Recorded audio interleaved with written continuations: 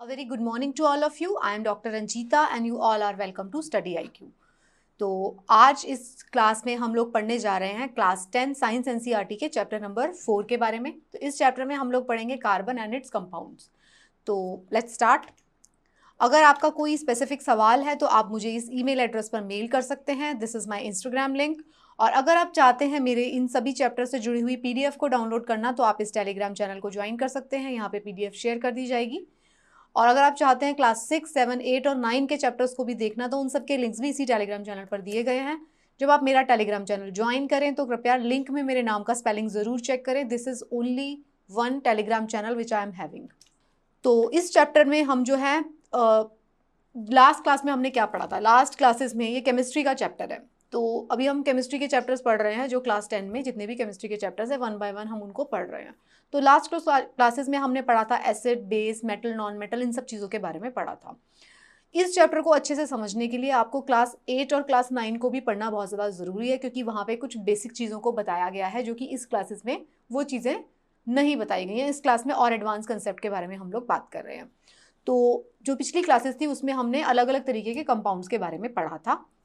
तो ये जो क्लास है इसमें हम बात करेंगे कार्बन के बारे में, स्पेसिफिकली अबाउट द कार्बन। हम बात करेंगे कि किस तरीके से जो कार्बन एटम है वो यूनिक है from the rest of the atoms. क्यों कार्बन की वो कौन सी स्पेशल कैरेक्टरिस्टिक्स हैं जो कि उसको केपेबल बनाती हैं कि वो इतने तरीके के कंपाउंड्स के बना सकता है। वो अलग अलग तरीके के एटम्स के साथ अलग अलग तरीके से कंबाइन हो सकता है, जिसकी वजह से वो इतना ज़्यादा वर्सेटाइल एटम बन गया है कि वो आप अपने चारों तरफ किसी भी चीज़ को उठा के देखिए उसके अंदर एक एलिमेंट कार्बन ज़रूर मिलेगा आपको। कार्बन एटम उसका कॉन्स्टिट्यूएंट रहेगा, चाहे वो लिविंग बींग्स की बात हो चाहे वो नॉन लिविंग थिंग्स की बात हो। कार्बन जो है मल्टीपल तरीके से कंबाइन होता है बाकी एटम्स के साथ और वो बहुत सारे अलग अलग कंपाउंड्स का फॉर्मेशन करता है। तो अगर आप बात करते हैं कार्बन की प्रेजेंस की इन अर्थ क्रस्ट, अगर अर्थ की सरफेस पे अगर आप देखते हैं कि कार्बन कितनी मात्रा में प्रेजेंट है, तो अर्थ क्रस्ट में अगर आप देखेंगे तो 0.02% कार्बन है। सिर्फ 0.02% कार्बन प्रेजेंट है अर्थ क्रस्ट में। ये मिनरल जो है ये किस फॉर्म में रहता है, ये मिनरल्स के फॉर्म में हमको मिलता है। लाइक कार्बोनेट्स के फॉर्म में मिलेगा, हाइड्रोजन कार्बोनेट्स के फॉर्म में मिलेगा, हमें कोयले के रूप में मिलेगा, पेट्रोलियम प्रोडक्ट्स के रूप में मिलेगा, डायमंड के रूप में मिलेगा, ग्रेफाइट के रूप में मिलेगा। इस तरीके से हमको जो है कार्बन अलग अलग तरीके से अर्थ क्रस्ट में मिलता है। अर्थ क्रस्ट में तो होता ही है कार्बन प्रेजेंट, बहुत कम मात्रा में 0.02%। साथ साथ में आप जानते हैं कार्बन जो है हमारे एटमॉस्फेयर का भी कॉन्स्टिट्यूएंट है in form of carbon dioxide gas. Carbon dioxide, carbon monoxide. तो कार्बन डाइऑक्साइड गैस कितना परसेंट बना रही है? 0.03%। और इसके सिवा हमारे ओशंस जो है, ओशंस जो कि हमारी अर्थ क्रस्ट का मोर देन 70% जो है वो फॉर्म कर रहे हैं, उसमें क्या है, उस पानी के अंदर भी कार्बन डाइऑक्साइड जो है वो घुली हुई है, तो उसके अंदर भी कार्बन कंपोनेंट है। तो इस तरीके से अगर आप देखेंगे तो कार्बन जो है क्रस्ट में भी प्रेजेंट है, एटमॉस्फेयर में भी प्रेजेंट है, पानी में भी प्रेजेंट है। तो ऑल्दो इसका अमाउंट बहुत ज़्यादा छोटा अमाउंट है, बहुत कम मात्रा में प्रेजेंट है, 0.02%, 0.03%, बहुत कम है। लेकिन क्योंकि कार्बन की बहुत स्पेशल करेक्टर्स हैं, वो अलग अलग तरीके के एलिमेंट्स के साथ कंबाइन हो सकता है, तो कार्बन जो है वो बहुत ज़्यादा वर्सेटाइल एलिमेंट है और उसकी प्रॉपर्टीज़ जो हैं वो बहुत ज़्यादा डिफरेंट प्रॉपर्टीज़ वो एग्जिबिट करता है। तो हम उसके बारे में अब डिटेल में जानेंगे। तो अगर हम बात करते हैं किस तरीके का बॉन्ड जो है कार्बन बनाता है, तो कार्बन जो है कोवेलेंट बॉन्ड बनाता है। अब कोवेलेंट बॉन्ड क्या होता है, अभी आपने पिछली क्लास में पढ़ा था, एटम्स मैंने आपको समझाया था। एटम्स जो होते हैं उसका न्यूक्लियस होता है, उसके अंदर क्या होता है, प्रोटॉन एंड न्यूट्रॉन, और इलेक्ट्रॉन्स उसके चारों तरफ चक्कर काट रहे हैं। तो मैंने आपको बताया था अलग अलग शेल्स होती हैं। तो फर्स्ट शेल जो होती है उसके अंदर 2 इलेक्ट्रॉन्स रह सकते हैं, नेक्स्ट के अंदर 8 रह सकते हैं, 8 रह सकते हैं, इस तरीके से। तो अगर कार्बन की बात करेंगे तो उसका एटॉमिक नंबर क्या है, 6। तो इसका मतलब उसके अंदर फर्स्ट शेल में 2 और नेक्स्ट शेल में 4 इलेक्ट्रॉन्स रहेंगे। ठीक है, तो अगर कार्बन का हम स्ट्रक्चर बनाते हैं, ये कार्बन है, इसके फर्स्ट शेल के अंदर 2 और नेक्स्ट शेल के अंदर 4। तो अगर कोई भी एटम जो है उसकी हमेशा टेंडेंसी होती है क्या करने की, उसकी टेंडेंसी रहती है कि उसको जो नियरेस्ट नोबल गैस है, मतलब कि क्या है, नियरेस्ट नोबल गैस की कॉन्फ़िगरेशन अचीव करनी है। नोबल गैसेस क्या होती हैं, जिनका ऑक्टेट कंप्लीट होता है। ऑक्टेट क्या होता है, जो एटम के चारों तरफ जो इसके जो रिंग्स होती हैं न्यूक्लियस के चारों तरफ, उसके अंदर इलेक्ट्रॉन्स रहते हैं, हर एक एटम की टेंडेंसी होती है कि वो अपनी उस शेल्स को कंप्लीट रखे, जिसको मैंने एग्जांपल देके आपको समझाया है। इस तरीके से है बिल्कुल कि मान लीजिए आपका घर है और एक कमरे को रन करने के लिए आपको फॉर एग्जाम्पल पर डे का 1000 रुपये का एक्सपेंस आता है। तो आप क्या करेंगे, आप सोचेंगे कि भाई मेरा एक जो कमरा खुला है, मान लीजिए उसकी ऑक्यूपेंसी 8 है, 1 रूम की ऑक्यूपेंसी 8 पीपल है, तो आप बोलेंगे कि भाई मेरा 1000 रुपये का खर्चा तो आ ही रहा है इसको जैसे ही मैं ओपन करूंगा। तो आप सोचेंगे कि भाई मेरा ये 8 के 8 जो हैं लोग इसके अंदर कंप्लीट रहे। जैसे ही आपके 7 होंगे तो आप सोचेंगे एक और आ जाए। अगर आपके 11 हो, मान लीजिए 9 हो गए, 9 हो गए मतलब एक में 8 है और अगली वाली में एक एक्स्ट्रा है, तो आप क्या सोचेंगे कि भाई ये वाला ले लो क्योंकि मेरा जितना इस मुझे कुछ प्रॉफिट नहीं है इससे, 1000 रुपये का मुझे इसको रनिंग कॉस्ट देना पड़ेगा। तो ये आपकी टेंडेंसी रहेगी। सेम उसी तरीके से एटम्स की भी हालत है। एटम्स क्या चाहते हैं कि उनका ऑक्टेट कंप्लीट रहे, बस, चाहे उनको लूज करना पड़े उसके लिए इलेक्ट्रॉन, चाहे उनको गेन करना पड़े। अब हम बात कर रहे हैं कार्बन एटम की। तो कार्बन एटम का एटॉमिक नंबर कितना है? कार्बन एटम का एटॉमिक नंबर है 6। तो 2 और 4 बनेगा, तो 4 इलेक्ट्रॉन्स उसके आउटर शेल में है। इसका मतलब क्या है, उसको अपनी आउटर शेल को कंप्लीट करने के लिए या तो 4 इलेक्ट्रॉन और मिल जाएं, मतलब कि उसकी वैलेंसी नेगेटिव हो गई, या वो 4 इलेक्ट्रॉन्स को लूज कर दे, मतलब उसकी वैलेंसी पॉजिटिव हो गई और उसके सिर्फ अंदर वाले शेल में 2 इलेक्ट्रॉन्स रह जाएं तो वो स्टेबल हो जाएगा। बट क्या 4 इलेक्ट्रॉन्स को लूज करना या 4 इलेक्ट्रॉन को गेन करना आसान है? नो, उसको वो इतना आसान नहीं है। तो अब क्या होता है, कार्बन को ना इतनी आसानी से वो 4 एटम्स मिलते नहीं हैं, वो 4 इलेक्ट्रॉन्स मिलते नहीं हैं, ना ही वो इतनी आसानी से उनको लूज कर सकता है। तो इसलिए carbon atom specially covalent bond form करता है, वो शेयर करता है दूसरे, कोई और एटम आ जाएगा उसके पास, उसके साथ वो इलेक्ट्रॉन्स को शेयर कर लेगा, ना उसको देगा ना उसके लेगा, उसके साथ शेयरिंग में रखेगा और शेयरिंग करके अपने ऑक्टेट को कंप्लीट करेगा, अपने स्ट्रक्चर को स्टेबलाइज करेगा। सो दिस इज द थिंग, यही पूरी की पूरी कार्बन का बेसिस है। क्यों कार्बन जो है इतना वर्सेटाइल एलिमेंट है। इससे आसान भाषा में मैं नहीं, आप मतलब इससे आसान भाषा में आपको कोई नहीं समझा सकता जो मैंने आपको ये रूम्स वाला एग्जाम्पल दिया। अब आपको ये समझना आ गया होगा। 2 और 4 अगर आप इसका डिस्ट्रीब्यूशन करते हैं तो नेक्स्ट जो उसमें 4 हैं, तो इसीलिए ये आयनिक बॉन्ड नहीं बनाता। आयनिक बॉन्ड कब बनते हैं? फॉर एग्जाम्पल सोडियम है 281, मतलब उसको एक जो है इलेक्ट्रॉन आउटर शेल वाला लूज करना है, 11 है उसका एटॉमिक नंबर। 11 एटॉमिक नंबर का डिस्ट्रीब्यूशन क्या है? फर्स्ट में 2 इलेक्ट्रॉन, सेकंड में 8 इलेक्ट्रॉन, थर्ड शेल में 1 इलेक्ट्रॉन। तो सोडियम जो है वो पॉजिटिव आयन बनाएगा, वो एक इलेक्ट्रॉन को लूज कर देगा। एक इलेक्ट्रॉन को लूज करना बहुत ईजी है। क्लोरीन है, क्लोरीन का एटॉमिक नंबर 17 है, इसका मतलब क्या हुआ? 2 और 7, उसको एक अपना 2 8 एंड 7, तो इसके जो आउटर शेल में 7 है तो इसको एक इलेक्ट्रॉन चाहिए, तो क्लोरीन की वैलेंसी नेगेटिव होती है, तो क्लोरीन जो है नेगेटिव जो है ये वाला आयन बनाएगा। ओके, बट इसके केस में क्या है, कार्बन को अब क्या लिखोगे? +4 लिखोगे या -4 लिखोगे? दोनों ही हो सकता है, लेकिन दोनों ही पॉसिबिलिटी बड़ी मुश्किल पॉसिबिलिटीज है। तो इसलिए कार्बन एटम जो है वो कोवेलेंट बॉन्ड फॉर्म करता है। दिस इज द रीजन, ये रीजन है कार्बन एटम क्यों कोवेलेंट बॉन्ड फॉर्म करता है। तो कार्बन एटम में हमेशा कोवेलेंट बॉन्ड का फॉर्मेशन होता है, क्योंकि अब सारी चीजें जो हैं इसी के ऊपर डिपेंड करेंगी। जितनी भी प्रॉपर्टी है, जितनी भी तरीके से कार्बन एटम कंबाइन होगा, ये यही इसका बेसिस है, covalent bond formation.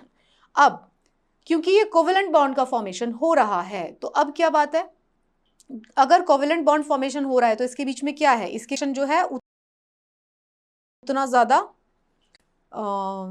Attraction force जो है उतना ज्यादा स्ट्रांग नहीं है, क्योंकि आयनिक बॉन्ड ज्यादा स्ट्रांग होते हैं। तो ये क्योंकि कोवेलेंट बॉन्ड फॉर्मेशन हुआ है, इसीलिए boiling point and melting point of the compounds formed by carbon are generally low, क्योंकि उसके अंदर कोवेलेंट बॉन्ड की फॉर्मेशन हो रही है। जितनी भी प्रॉपर्टीज अब होंगी उन सबका बेसिस ये रहेगा। अब आप देखते जाइए आगे। ये जो since these compounds are largely non-conductor of electricity, we can conclude that bonding in these compound does not give rise to any ions. अगर आयनिक बॉन्ड आयंस नहीं बन रहे तो क्या है इसका मतलब, आयंस नहीं बन रहे तो कंडक्शन ऑफ इलेक्ट्रिसिटी भी नहीं होगा। तो कार्बन कंपाउंड्स जनरली, एक्सेप्ट एक एक्सेप्शन हमने लास्ट क्लास में पढ़ा था, ग्रेफाइट, तो एक्सेप्ट दैट कोई भी कार्बन के एटम्स, कार्बन के कंपाउंड्स जो है कोवेलेंट बॉन्ड फॉर्म करते हैं और उनमें आयंस नहीं होते हैं। इसी वजह से उनके अंदर इलेक्ट्रिसिटी भी कंडक्ट नहीं होती है, इसी वजह से उनका boiling point and melting point भी लो होता है. So this is the reason. Okay, I hope आपको लिटिल बिट क्लैरिटी आया होगा, और क्लैरिटी आपको आएगा जैसे जैसे हम चैप्टर में एडवांस करते जाएंगे. आप इसमें कुछ एग्जाम्पल दिए गए हैं कि कौन कौन से ये इनका मेल्टिंग पॉइंट बॉइलिंग पॉइंट कितना है. ठीक है, ये सब आप देख सकते हैं. राइट, फिर अब हम बात करेंगे कि जो रिएक्टिविटी होती है एलिमेंट की, कितना रिएक्टिव है वो एलिमेंट. एक होती है स्टेबिलिटी और एक होती है रिएक्टिविटी. तो जो रिएक्टिविटी होगी एलिमेंट की वो कैसे एक्सप्लेन होती है? Explain as there tendency to attain completely filled outer shell. उनका आउटर शेल कितना है, मतलब वो कंप्लीटली फिल्ड है या नहीं है, इसके ऊपर उसकी रिएक्टिविटी डिपेंड करती है. मैंने आपको बताया एग्जाम्पल देके सोडियम का, क्लोरीन का. तो सोडियम पॉजिटिव होता है, एक पॉजिटिव चार्ज, क्लोरीन पे 2 एक नेगेटिव चार्ज होता है. सिमिलरली मैग्नीशियम है, उसके ऊपर 2 पॉजिटिव चार्ज, मतलब उसे 2 इलेक्ट्रॉन्स चाहिए. तो उसकी रिएक्टिविटी उसी पे डिपेंड करेगी. रिएक्टिविटी ऑफ एलिमेंट जो होती है वो tendency to attain a completely filled outer shell, वो जो है नोबल गैस की कॉन्फ़िगरेशन को अचीव करेगा. नोबल गैसेस क्या होती है? नोबल गैसेस वो एलिमेंट्स हैं जिनका आउटर शेल कंप्लीट होगा. जैसे कि मान लीजिए 2 और 8 10 वाला नियॉन, 2 हीलियम. ठीक है, और उसके बाद जो भी होगा 2 8 8 18 जो भी होगा जिसका एटॉमिक नंबर वो होगा जिसका ऑक्टेट कंप्लीट है. राइट, तो क्या है, एलिमेंट जो फॉर्म करते हैं ionic compounds achieve this by either gaining और losing electrons from the outermost shell. ये हमने बात कर लिया. लेकिन कार्बन के केस में क्या हो रहा है? कार्बन के केस में 4 इलेक्ट्रॉन्स हैं आउटर मोस्ट शेल में and needs to gain or lose 4 electrons to attain the noble gas configuration. उसे 4 एटम्स इलेक्ट्रॉन्स लूज करने हैं. अगर हमें 4 इलेक्ट्रॉन्स गेन करने हैं तो क्या होगा? अनायन बनेगा, C4 माइनस का अनायन बनेगा कि उसे 4 इलेक्ट्रॉन्स गेन करने हैं. But it would be difficult for the nucleus with 6 protons to hold 10 electrons, that is 4 extra electrons.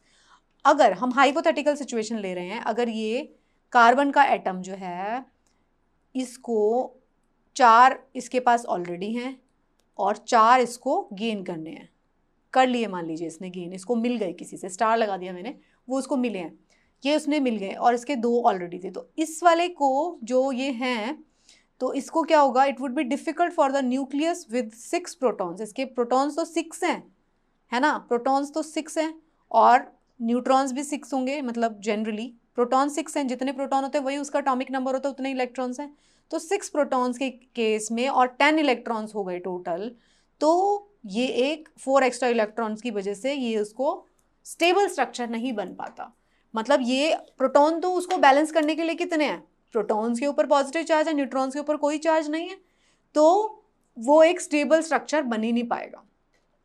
दूसरी तरफ लूज अगर करता है, मान लीजिए इसका C4 कटायन बनता है, वो बोलता है कि ये वाले मेरे ले लो, मुझे 2 मत, ये सारे ले लो. फिर क्या होगा? Large amount of energy to remove 4 electrons leaving behind carbon cation with 6 proton in its nucleus holding on to just 2 electrons.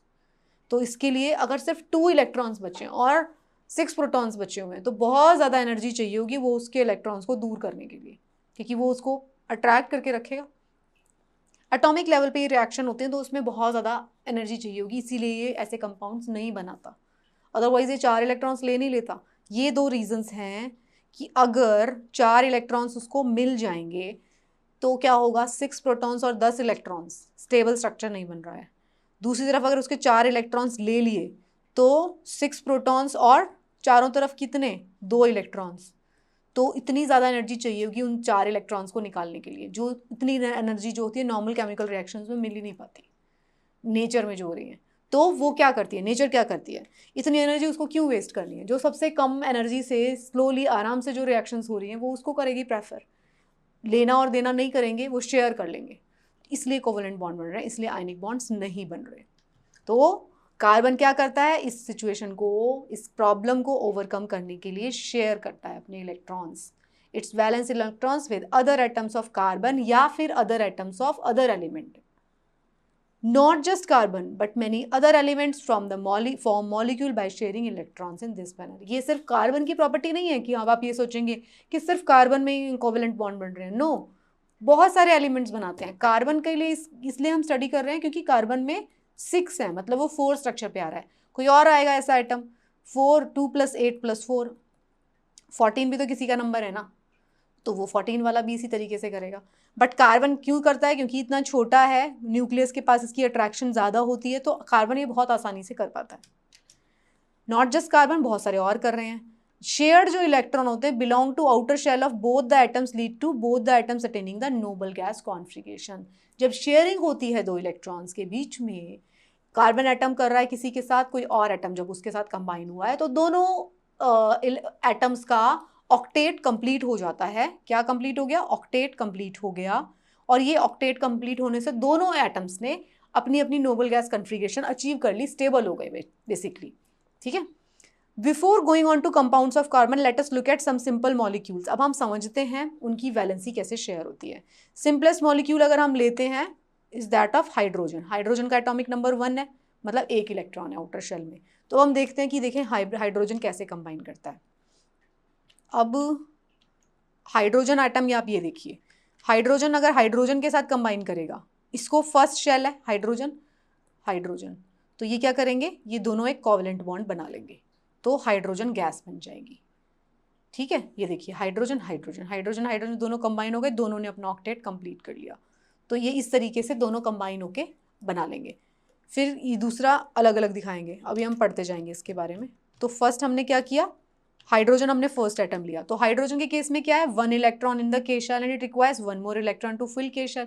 First जो शेल होती है उसके अंदर 2 इलेक्ट्रॉन्स आ सकते हैं। हाइड्रोजन एटम है, इसकी फर्स्ट शेल के अंदर 1 है, इसको कंप्लीट करने के लिए एक और इलेक्ट्रॉन चाहिए बस। फर्स्ट शेल एक्सेप्शन सेल है, आप मैंने आपको बताया हुआ है। सेकंड शेल में 8 आएंगे।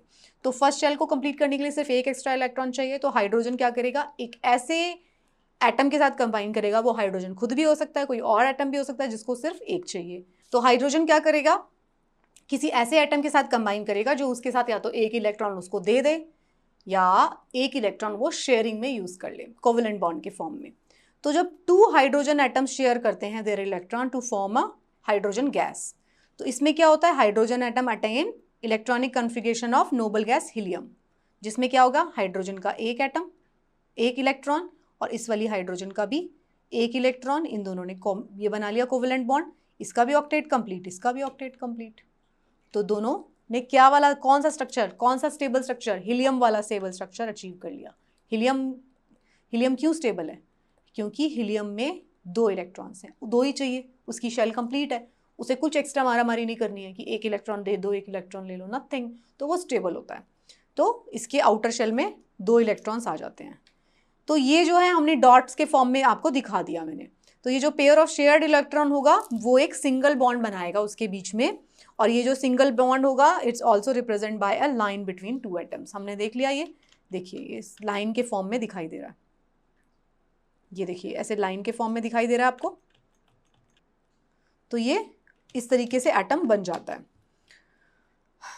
फिर दूसरी बात हम कर रहे हैं, ये तो हमारी बात थी, किसकी बात थी? ये तो थी हाइड्रोजन की। अब फिर हमने बात किया क्लोरीन की। अब क्लोरीन में 17 है, तो किसका क्या स्ट्रक्चर बनेगा? 2, 8 एंड 7। 1 इलेक्ट्रॉन मिसिंग है, तो 1 इलेक्ट्रॉन मिसिंग है, तो क्लोरीन क्या करेगा? सेम करेगा, क्लोरीन भी, ये क्लोरीन है यहाँ पे, और दूसरा शेल भी कंप्लीट है ऑलमोस्ट, और बाहर वाले में कितने हैं? 7 है, 1 मिसिंग है, तो 1 क्लोरीन और दूसरा भी यहाँ पे क्लोरीन।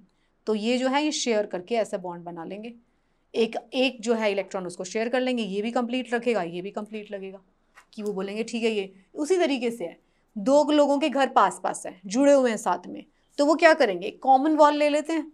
वो कहते हैं कि भाई तेरा घर भी कंप्लीट, हम दोनों की दीवार कॉमन है। सिंपल सा एग्जाम्पल है, बिल्कुल सिंपल एग्जाम्पल। 2 पड़ोसियाँ, उनका घर साथ साथ में चिपका हुआ है, दोनों ने अपना अपना इंडिपेंडेंट हाउस खड़ा करने के बजाय क्या किया? दोनों ने एक बीच वाली दीवार जो आपस में टकराती है उसको ले लिया कॉमन। वो उनके कमरे की भी दीवार बन जाएगी और वो इस वाले कमरे की भी दीवार बन जाएगी। क्या कोई घर इनकम्प्लीट रहेगा? कोई ये कहेगा कि भाई ये तू तेरी दीवार है, ये मेरी दीवार है? वो कॉमन दीवार है और दोनों का घर कंप्लीट है। उसके कमरे की भी दीवार है, उसके कमरे की ए की भी दीवार है, बी की भी दीवार है। सेम इसी तरीके से कोवेलेंट बॉन्ड की फॉर्मेशन हो रही है, शेयरिंग ऑफ इलेक्ट्रॉन्स। उन्होंने अपना 1 इलेक्ट्रॉन शेयर कर लिया, ये तेरा भी है और ये मेरा भी है। Okay, you understood?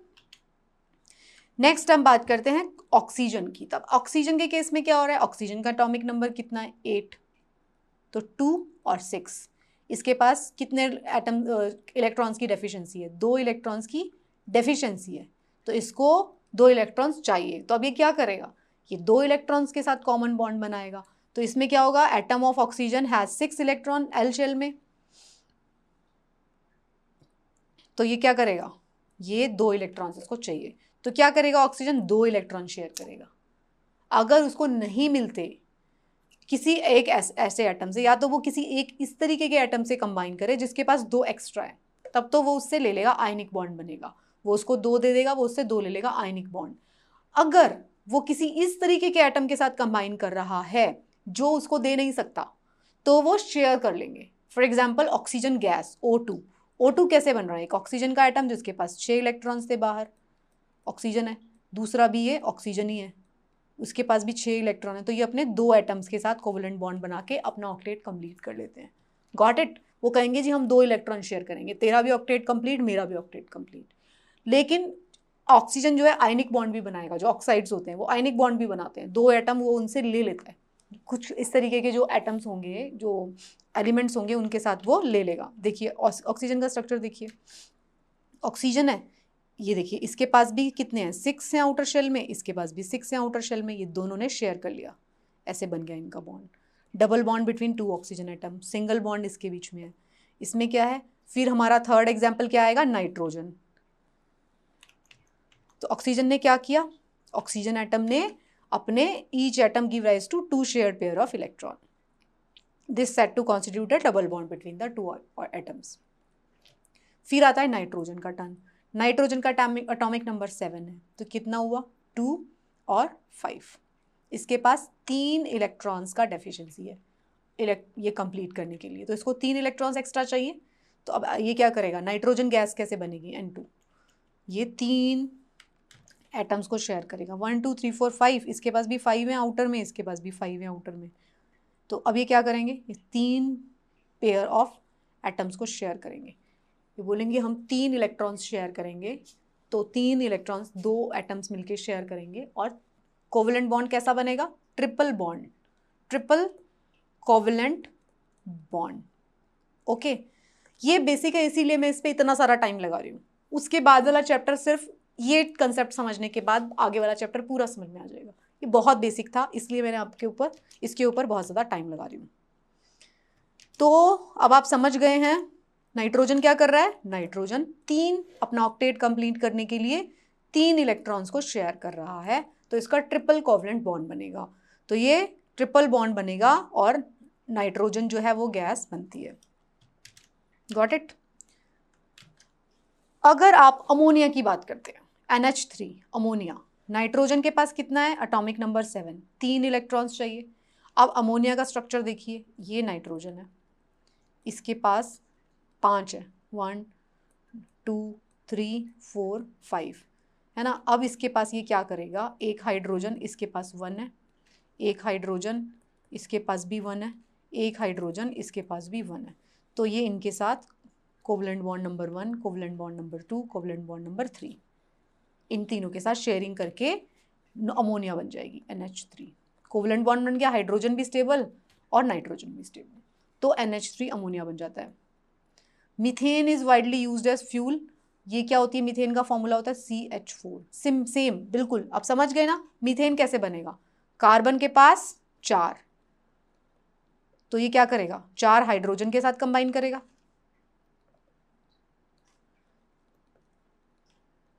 और यहाँ पे भी एक हाइड्रोजन, 4 हाइड्रोजन के साथ कंबाइन करेगा, कोवेलेंट बॉन्ड बना लेगा।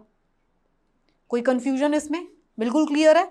तो मीथेन कैसे बनेगा, CH4 क्यों बन रहा है, क्योंकि ये 4 हाइड्रोजन एटम्स के साथ में मिल के कोवेलेंट बॉन्ड फॉर्म कर रहा है और बन रहा है CH4 मीथेन।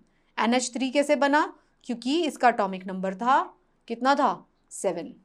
आपको एटॉमिक नंबर सबके लर्न करने पड़ेंगे, एटलीस्ट सबके नहीं करिए तो कम से कम फर्स्ट 20-30 एलिमेंट्स के कर लीजिए, 1 किसका है, 2 किसका है, 3 किसका है, 4 किसका है। जो साइंस के स्टूडेंट होते हैं, भाई हमने तो पूरा लर्न किया था, 11th-12th में हमने फुल लर्न किया था, फुल नहीं पूरी पीरियोडिक टेबल लर्न नहीं की थी, मतलब फर्स्ट 50 के लर्न कर लिए थे, और उसके बाद हमें आइडिया होता था कि ये कौन सी कैटेगरी में फॉल करता है। जब हम पीरियोडिक टेबल लर्न करेंगे तो उसमें हम एक निमोनिक्स बनाएंगे, एक निमोनिक्स बना बना के हम लर्न कर लेंगे कि ये इस कैटेगरी के एलिमेंट हैं, ये इस कैटेगरी के एलिमेंट हैं। तो जैसे उस निमोनिक में हम याद करते थे ओके कौन सी जगह पे ये फॉल कर रहा है, तो झट से हमें पता चल जाएगा कि इसका इस जगह पे फॉल कर रहा है, इस कैटेगरी में फॉल कर रहा है, तो इसकी वैलेंसी कितनी है। बस हमें वैलेंसी से मतलब होता था कि उसके आउटर शेल के अंदर कितने इलेक्ट्रॉन्स प्रेजेंट है उसको, तो हमें पता चल जाएगा, आपको धीरे धीरे पता चल जाएगा। उसकी वैलेंसी को पढ़ते ही आपको समझ में आ जाएगा किस तरीके का बॉन्ड फॉर्मेशन होगा, आयनिक बॉन्ड्स बनेंगे या कोवेलेंट बॉन्ड शेयर करेगा, किस एलिमेंट के साथ कंबाइन हो सकता है। तो this is very interesting, simple है, एकदम सिंपल। तो अब आपने देखा simplest compound form by carbon, methane has formula CH4, तो ये हाइड्रोजन के साथ शेयर करेगा। कार्बन इज टेट्रावेलेंट, तो कार्बन क्या हो गया, अभी तक हमने नाइट्रोजन के केस में ट्राइवेलेंट बॉन्ड पढ़ा था, तो कार्बन कैसे बनाता है, टेट्रावेलेंट बॉन्ड भी बना सकता है, अपने चारों के चारों एटम्स को इलेक्ट्रॉन्स को शेयर कर सकता है, जैसा कि इसने किया मीथेन के साथ, मीथेन के केस में हाइड्रोजन के साथ। Because it has 4 valence electron, in order to achieve noble gas configuration, carbon shares these electrons with 4 atoms of hydrogen. मतलब वो तरह तरह के बॉन्ड बना सकता है। अब हम आगे देखेंगे कि वो चारों के चारों एटम्स को भी, इलेक्ट्रॉन्स को भी शेयर कर सकता है। तो ये क्या होता है, such bonds which are formed by sharing of an electron pair between 2 atoms are known as covalent bond. तो अब आप समझ गए कोवेलेंट बॉन्ड क्या होता है। और जो covalently bonded molecules are seen to have strong bonds within the molecule but intermolecular forces are small. Within the molecule तो ठीक है, but intermolecular जो space, वो जो force है उसकी कम होती है। मतलब कार्बन खुद के एटम तो बड़ा स्ट्रांग होगा, बट लेकिन कार्बन जब उसके अंदर से कंबाइन हो जाएगा तो उसकी इंटरमोलिकुलर फोर्स जो है थोड़ी कम हो जाएगी। तो इसकी वजह से क्या होता है, low melting point and low boiling point, इसकी वजह से मेल्टिंग एंड बॉइलिंग पॉइंट जो होते हैं वो लो होते हैं। इलेक्ट्रॉन्स जो होते हैं वो शेयर होते हैं between atoms and no charge particle are form, such covalent bond are generally poor conductor of electricity. तो ये जो होंगे इनका boiling point melting point low होगा, क्यों, कोवेलेंट बॉन्ड फॉर्म हो रहा है। पुअर कंडक्टर ऑफ इलेक्ट्रिसिटी होंगे, क्यों, क्योंकि आयंस फॉर्म नहीं होंगे। तो अगर आपको इलेक्ट्रिसिटी को कंडक्ट करना है तो आयंस फॉर्मेशन की जरूरत पड़ती है, ठीक है। एक्सेप्शन क्या है, ग्रेफाइट है। सो दिस इज इट, ये बेसिक था कि कार्बन जो है किस तरीके से कंबाइन हो रहा है। तो now we will advance to, ये देखिए हाइड्रोजन, ये CH4 मीथेन के केस में कैसे फॉर्मेशन हो रही है, 1 2 3 4, ये ऐसे ऐसे ऐसे ऐसे फॉर्म हो जाएंगे, राइट। तो अब हम आगे चलते हैं, अब हम बात करते हैं एलोट्रोप्स ऑफ कार्बन। एलोट्रोप्स क्या होते हैं, तो एलोट्रोप्स होते हैं उसी मतलब एलिमेंट सेम है, उसी के डिफरेंट डिफरेंट तरीके से उसने कंबाइन करके डिफरेंट डिफरेंट कंपाउंड्स बनाए। Element carbon occurs in different form in nature with widely varying physical properties. Allotropes की फिजिकल प्रॉपर्टीज अलग अलग होती हैं। डायमंड और ग्रेफाइट, ये दोनों के दोनों कार्बन एटम्स हैं, कार्बन है उसका मेन कॉन्स्टिट्यूएंट, ओनली कॉन्स्टिट्यूएंट, लेकिन उनकी प्रॉपर्टी देखो कितनी ज़्यादा डिफरेंस है। इसीलिए बोला जाता है, थोड़ा सा फिलॉसफी है अभी केमिस्ट्री के बीच में, इसीलिए बोला जाता है कार्बन, हमारे क्लासेस में हमारे टीचर हमेशा बोलते थे कार्बन है, कोयला भी बन सकते हो आप उसका ग्रेफाइट भी बन सकते हो, आप उसका डायमंड भी बन सकते हो। क्लास में सारे स्टूडेंट्स हैं, पोटेंशियल अलग अलग है, किसके ऊपर कितनी हीट कितना प्रेशर अप्लाई किया जाएगा कि उसका केमिकल कॉम्पोजिशन ही चेंज हो जाएगा। इसीलिए बोला करता था भाई कौन क्लास में कितनी पढ़ाई करने वाला है कि वो क्या बनने वाला है आगे जाके, वही सेम है, उसका कॉम्पोजिशन, उसका एटम सेम रहेगा, बट वो बाहर आके क्या बना, वो डायमंड बन गया। तो this is the thing, diamond और ग्रेफाइट दोनों के केस में क्या है, दोनों ही कार्बन है, बट उनकी प्रॉपर्टीज एकदम अलग अलग है। ग्रेफाइट जो आप में क्या होता है, कुछ नहीं, डायमंड सॉर्ट आउट है इतना ज़्यादा। तो डायमंड के केस में क्या होता है, डायमंड और ग्रेफाइट दोनों ही कार्बन है, लेकिन क्या हो रहा है डिफरेंस, जिस तरीके से उनकी बॉन्डिंग हो रही है। तो डायमंड के केस में क्या हो रहा है, कार्बन एटम बॉन्ड कर रहा है 4 और कार्बन एटम के साथ, और ग्रेफाइट के केस में क्या हो रहा है, कार्बन एटम बॉन्ड कर रहा है 3 और कार्बन एटम्स के साथ, तो एक में डबल बॉन्ड बन जाएगा। तो देखिए क्या कैसे हो रहा है, आप ये वाला स्ट्रक्चर देखिए। डायमंड के केस में क्या हो रहा है, ये कार्बन है, ये कंबाइन कर रहा है 1 2 3 4 और कार्बन के साथ, कार्बन कार्बन कार्बन, ये इस तरीके से कंबाइन कर रहे हैं, ठीक है, इस तरीके से 3 डायमेंशनल स्ट्रक्चर बन रहा है। ग्रेफाइट के केस में क्या हो रहा है, एक कार्बन जो है वो 3 उसके साथ कंबाइन कर रहा है, 1 2 और एक नीचे 3, लेकिन एक जो बॉन्ड होगा उसमें डबल बॉन्ड हो जाएगा, तो ये अपना ऑक्टेट कंप्लीट करेगा, मतलब इसके 2 इलेक्ट्रॉन्स को शेयर करेगा, इसके साथ एक, इसके साथ एक, फिर सेम वो 3 3 के साथ कंबाइन करेंगे, तो इसके अंदर कॉम्बिनेशन कैसे हो रहा है, इसमें 4 एटम्स के साथ कॉम्बिनेशन हो रहा है, इसके अंदर 3 अलग एटम्स के साथ कॉम्बिनेशन हो रहा है, जिसमें से एक जो होगा, अब 3 के साथ होगा तो आप सोचेंगे कार्बन के आउटर में इलेक्ट्रॉन तो 4 है, तो वो 3 के साथ कैसे कंबाइन कर रहा है, वो कर रहा है भाई दूसरे के साथ में वो 2 इलेक्ट्रॉन्स को शेयर कर रहा है, एक कार्बन एटम के साथ आउट ऑफ 3 एटम्स जो नेक्स्ट उससे कंबाइन कर रहा है, तो उसमें डबल बॉन्ड शेयर कर रहा है, 2 इलेक्ट्रॉन्स को शेयर कर रहा है। फिर उन्होंने एक और स्ट्रक्चर बताया फुलरीन का स्ट्रक्चर, वो एक इस तरीके का गोल स्ट्रक्चर बना देते हैं। ये क्या होता है, इसमें कार्बन एटम अलग तरीके से अरेंज होते हैं। तो इसमें क्या हो रहा है जी, ये एक के साथ डबल बॉन्ड बना रहा है। ग्रेफाइट के केस में, ग्रेफाइट में 3 कार्बन एटम के साथ बॉन्डिंग हो रही है, बट आउट ऑफ दीज 3 एक जो एटम होगा उसके साथ डबल बॉन्ड बनेगा, बाकी दोनों के साथ single bond, single electron share. ठीक है, ग्रेफाइट जो होता है ये हेक्सागोनल स्ट्रक्चर बन रहा है, इसलिए इसकी लेयर्स की तरह लेयर्स बनती हैं। These two different structure जो result in diamond and graphite having very different physical properties, क्योंकि उनकी combination अलग अलग तरीके से हो गई। और ऐसा क्यों हो रहा है, बहुत ज़्यादा हाई टेम्परेचर और प्रेशर की वजह से होता है, केमिकल प्रॉपर्टीज एकदम चेंज हो जाती है। डायमंड जो होता है वो हार्ड एज सब्सटेंस हो जाता है, वाइल ग्रेफाइट इज स्मूथ और स्लिपरी। ग्रेफाइट जो पेंसिल के बीच में डाला होता है, स्मूथ और स्लिपरी होता है, very good conductor of electricity. यही एक्सेप्शन है, हमने पहले भी पढ़ा था, ग्रेफाइट में सिर्फ इलेक्ट्रिसिटी कंडक्ट होती है, अनलाइक अदर नॉन मेटल है। डायमंड होता है उसको सिंथेसाइज भी कर सकते हैं हम, हमें पता है कि डायमंड कैसे सिंथेसाइज होगा, प्योर जो कार्बन एटम्स होंगे उनको बहुत हाई प्रेशर और टेम्परेचर जब उनको दिया जाएगा तो वो कार्बन डायमंड में चेंज हो जाएंगे। तो ये जो सिंथेटिक डायमंड होते हैं छोटे होते हैं, but otherwise indistinguishable from the natural diamonds. Natural diamond जैसे ही दिखेंगे, क्योंकि स्ट्रक्चर तो वही है लेकिन बहुत छोटे साइज में बनेंगे, और जो नेचुरल डायमंड है वो बहुत बड़े बड़े भी बन सकते हैं। यू जस्ट रिमेंबर कोहिनूर कितना बड़ा होता है। फिर एक और स्ट्रक्चर है फुलरीन्स। फुलरीन्स क्या होती हैं, another class of carbon allotrope. Allotropes की बात कर रहे हैं, सबका स्ट्रक्चर कार्बन है लेकिन अलग अलग फिजिकल प्रॉपर्टीज हैं, बिकॉज वो कॉम्बिनेशन उनका अलग अलग तरीके से हुआ है। तो फुलरीन क्या होते हैं, first one to be identified was C60 which was carbon atom arranged in a shape of football की तरह अरेंज हो रहे हैं। तो since it look like the geodesic dome design by the US architect Fuller, जो है उनकी तरह जो US architect molecule was named after fullerene. वो डोम शेप दिख रहा था उनको, तो इसीलिए उसका नाम फुलरीन रख दिया। ये देखिए फुटबॉल जैसा दिख रहा था। तो ये थे हमारे कार्बन के एलोट्रोप्स, मतलब हैं सब कार्बन लेकिन इनकी फिजिकल और केमिकल प्रॉपर्टीज अलग अलग हैं। तो जो वर्सेटाइल नेचर क्यों है कार्बन का, इतना ज़्यादा डिफरेंट तरीके से ये क्यों ये कर रहा है, क्योंकि formation of covalent bond by sharing of electrons in various element and compound, ये कोवेलेंट बॉन्ड बना रहा है। ये डिपेंड करता है, वो एक इलेक्ट्रॉन भी शेयर कर लेता है, 2 भी शेयर कर लेता है, 3 भी कर लेता है, 4 भी कर लेता है। जो सिंपल कार्बन कंपाउंड जैसे मीथेन का स्ट्रक्चर हमने देख लिया, तो जो number of compound whose formula are known to chemist were recently estimated to about 3 million. इतने सारे के सारे 3 मिलियन कंपाउंड बन सकते हैं कार्बन के, उससे भी ज़्यादा, 3 मिलियन से भी ज़्यादा कंपाउंड बन सकते हैं। तो ये क्या होता है, this out numbers by a large margin the compounds form by all other elements put together. अब आप ये समझिए, ब्यूटी देखिए आप, जितने एक कार्बन के कंपाउंड से जो 3 मिलियन से भी ज़्यादा है, एक बाकी के एलिमेंट जितने भी बचे हैं हमारी पीरियोडिक टेबल में, अगर 117 एलिमेंट हैं, जितने भी होंगे अभी लेटेस्ट नंबर, उसको देख के आप काउंट कर लीजिए, बाकी के सारे उतने बनाते हैं 3 मिलियन के करीब कंपाउंड, और कार्बन अकेला 3 मिलियन से ज़्यादा कंपाउंड बनाता है।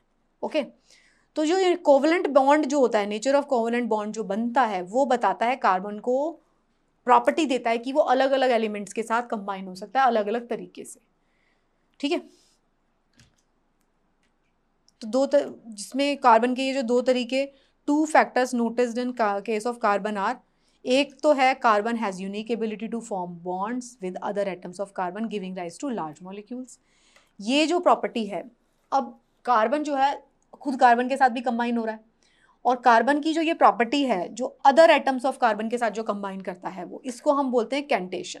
ये जो प्रॉपर्टी है कार्बन की दूसरे कार्बन एटम्स के साथ कंबाइन होने की, इसको बोलते हैं कैटेनेशन। कैटेनेशन जो प्रॉपर्टी है कार्बन की, जिससे कि वो अपने ही दूसरे एटम्स के साथ कंबाइन हो सकता है तरह तरह से, जैसे डायमंड ले लिया, फुलरीन ले लिया, ग्रेफाइट ले लिया, अलग अलग तरीके से कंबाइन हो सकता है, तो इसे कैटेनेशन बोलते हैं। These compounds may have long chains of carbon, branch chain of carbon और even carbon atoms arranged in rings. तरह तरह से कार्बन एटम अरेंज हो सकता है. जिस जिस तरीके से अरेंज होगा अलग अलग तरीके के कंपाउंड्स बनते जाएंगे. तो ये जो प्रॉपर्टी है इसको बोला जाता है कैटेनेशन. उसके सिवा कार्बन एटम जो होता है may be linked by single, double और ट्रिपल बॉन्ड्स. सिंगल बॉन्ड भी बना सकता है, हमने देखा, डबल बॉन्ड भी, ट्रिपल भी.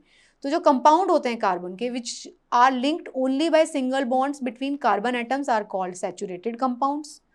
जिसमें सिर्फ सिंगल बॉन्ड बनेगा वो सैचुरेटेड कंपाउंड्स कहे जाएंगे.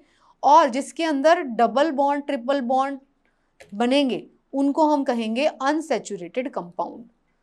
कोई भी और एलिमेंट जो है ये प्रॉपर्टी कैटेनेशन की to the extent seen in carbon compound ये एग्जिबिट नहीं करता. तो एक तो प्रॉपर्टी हो गई कार्बन कंपाउंड की, क्या ये कैटेनेशन करता है कार्बन एलिमेंट की.